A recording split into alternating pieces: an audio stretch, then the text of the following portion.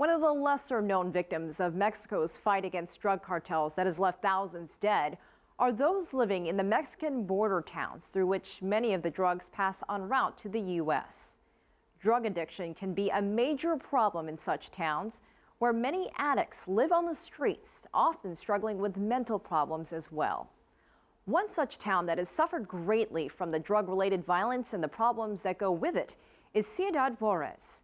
But now in the desert, about a 45-minute drive from Juarez, someone is trying to help those street people who have fallen on bad times. Ross Velton recently went to meet him and some of his patients. This is a procession of the unwanted, led by a man who wants them, Jose Antonio Galvan, better known as a pastor. He calls these people his congregation.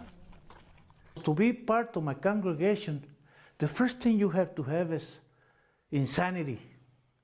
You have to be local. You have to be crazy. And the second point is walking on the streets, eating on the trash cans, naked, dirty, and unappreciated from the people.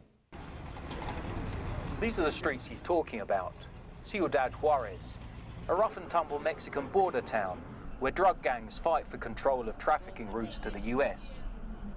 Many have lost their lives in Juarez, and others have lost their minds. What we're doing here is helping the people with the mental problems of the streets. That's our mission. My mission for 17 years in the middle of the desert to Juarez. You know, we living with snakes, rattlesnakes, tarantulas, and scorpions, and when the human garbage. That is my mission. The newest patient arrived here about 20 minutes before we did. The pastor says the police brought him in because he was on drugs and beating up his mother. There are about 3 deliveries like this a month, and that number is going up.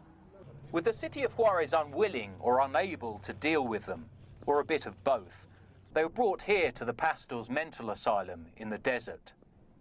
Most of the people in my congregation, they suffering from schizophrenia, bipolars, autistas. Some people hear a lot of voices.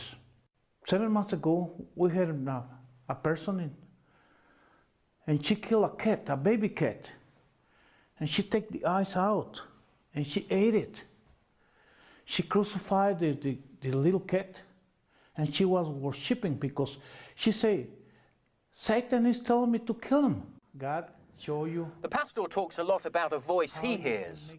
He credits God with having turned his own life around. Years ago, he too was living on the streets of Juarez. He was fighting his own battle against drug addiction. I was crazy. But then he says he found religion. Beautiful helper. Soy feliz, Cristo me salvó. Soy feliz, Cristo me salvó. I hear my guitar, you know, singing on the street. Jesus love you, come on, follow me. Todos los locos, come on, let's go. All the crazy. The Jesus is looking for you, no matter how you are, come on. And I started with my army. Beautiful.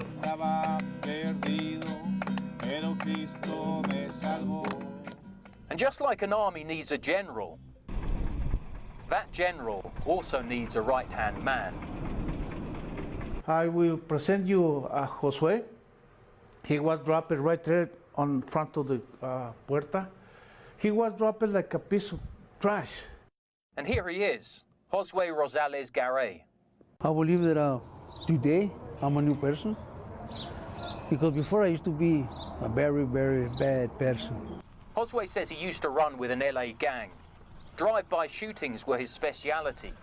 California's meanest prisons were often his home.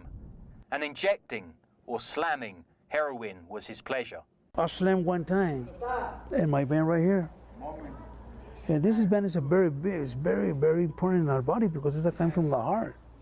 So I got infection, and then my whole arm got infection. Josue eventually wound up living rough in Juarez, staying in empty houses and injecting heroin whenever and wherever he could. He says he was in a bad way when he was dumped at the pastor's door. Now Josue helps run the show. The pastor even got him a pimped-out ride, although it often doesn't have gas. Things have got better for Josue. Even my shadow changed. You know? Even my shadow changed. You know? How? Because I changed. Today I'm looking at my shadow looks strong, you know. For many, it might be hard to understand just how anybody could actually get better here. There's little comfort, and at night some of the patients are locked in cells with a bucket for a toilet. The pastor says it's for their own safety, the safety of others, or to stop them running away during the night. I see the stars, I hear the rolling thunder, the power thought of the universe display. I see the stars. There are over 100 patients here, and many appear to be devoted to the pastor. And the pastor himself seems to feed off this love. Hallelujah. He seems to both need and enjoy it. My Savior got to thee. How great to us, how great to us. For example, he likes telling the story about when a drug gang was going to kill him for not paying protection money, but then changed their minds. The reason, he says, was simple. Because the guy who was supposed to kill the pastor, he spent a couple of years with you guys on the cells. So he know very well the pastor. That's just another miracle. Well, this may be a place of hope for many. For some, it's also a place filled with despair. Romano Berolana doesn't want to be here, but doesn't have anywhere else to go. He says his family knows where he is, but isn't allowed to visit him. They took away everything I had, like the pictures of my family. It's a huge problem here, but there's no authority. Who's going to protect us? The rules can be strict, and sometimes the line between tough love and cruelty is blurred in the desert haze. So is this really a place for healing? Medication is in short supply, and a psychiatrist comes in only once in a while. Thank you, Jesus Christ, for finding my new father and right here. Or is this mental asylum in the desert, in fact, some weird cult in one man's honor?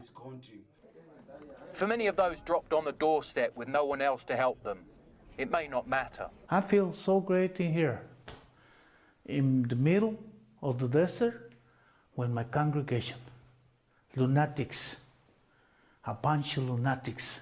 I love it. That was Ross Velton reporting from Ciudad Juarez, Mexico.